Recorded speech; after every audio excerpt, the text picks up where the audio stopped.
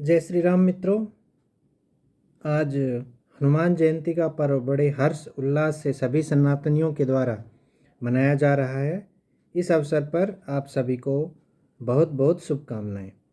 जैसा कि आप सबको पता है, ये चुनाव का समय है। सभी राजनीतिक दल अपने अपने हिसाब से मतदाताओं को लुभाने में लगे हुए हैं। हर आदमी के, हर पार्टी के अपने तर्क हैं, दावे हैं, जिसके अनुसार वो मतदाताओं को अपने पक्ष में करने का प्रयास कर रहे हैं। इसी कड़ी में जब पहला चुनाव का चरण संपन्न हुआ तो एक खबर आई कि इस चुनाव में मत प्रतिशत थोड़ा कम रहा, मतदाताओं का रुझान थोड़ा कम रहा। कुछ लोगों ने यहाँ तक भी कहा कि चुनाव बड़ा नीरस, बहुत ही बोरिंग चल रहा है। तो कल मोदी जी ने उन लोगों की इच्छा की पूर्ति कर दी और मोदी जी ने एक बयान दिया कि कांग्रेस का जो घोषणा पत्र है उसमें लिखा हुआ है कि वो देश में उपलब्ध संसाधनों का वितरण कर देंगे। और वितरण किन लोगों को करेंगे? जिनके अधिक बच्चे हैं। तो मोदी जी का इशारा एकदम स्पष्ट था, उनका इशारा मुस्लिम समुदाय की तरफ था कि अगर कांग्रेस सत्ता में आती है तो वो तुष्टीकरण के अपने जो उसका इतिहास रहा है उसी पर वह काम करेगी, उसी के एजेंडे को आगे बढ़ाएगी। ये एक मूल इशारा मोदी जी का था। लेकिन आपको जानकर हैरानी होगी कि इस मोदी जी के इस दावे के पीछे है कौन सा ठोस कारण है। इस दावे के पीछे 2006 में मनमोहन सिंह, तत्कालीन प्रधानमंत्री मनमोहन सिंह का दिया हुआ बयान है।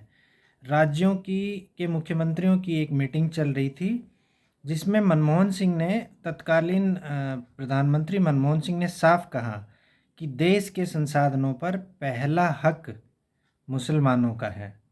ये बात सिटिंग प्रधानमंत्री ने एक आधिकारिक सम्मेलन में कही थी। तो उसके 6 वर्ष बाद तक वो सीएम रहे, मैं प्रधानमंत्री रहे, लेकिन उन्होंने, कांग्रेस ने ना कभी इसके लिए अफसोस जताया, ना कभी इस बयान का खंडन किया। आज अगर आप कांग्रेस के मैनिफेस्टो को, चुनावी घोषणा पत्र को उठाकर देखेंगे तो आपको पता चलेगा ऐसी ऐसी घोषणाएं उन्होंने कर रखी हैं कि हिंदू का इस देश में जीना दुभर हो जाए। यहाँ तक कि मुस्लिम जज तक को भर्ती करने की बात उन्होंने अपने घोषणा पत्र में कही है। तो इस तुष्टीकरण के जवाब में मोदी जी ने कहा है कि अगर कांग्रेस आएगी तो देश में इस तरह की कुनीतियों को लेकर आएगी। अब इसको लेकर, जाहिर है, इसको लेकर प्रतिक्रिया आनी ज़रूर थी, संभव थी।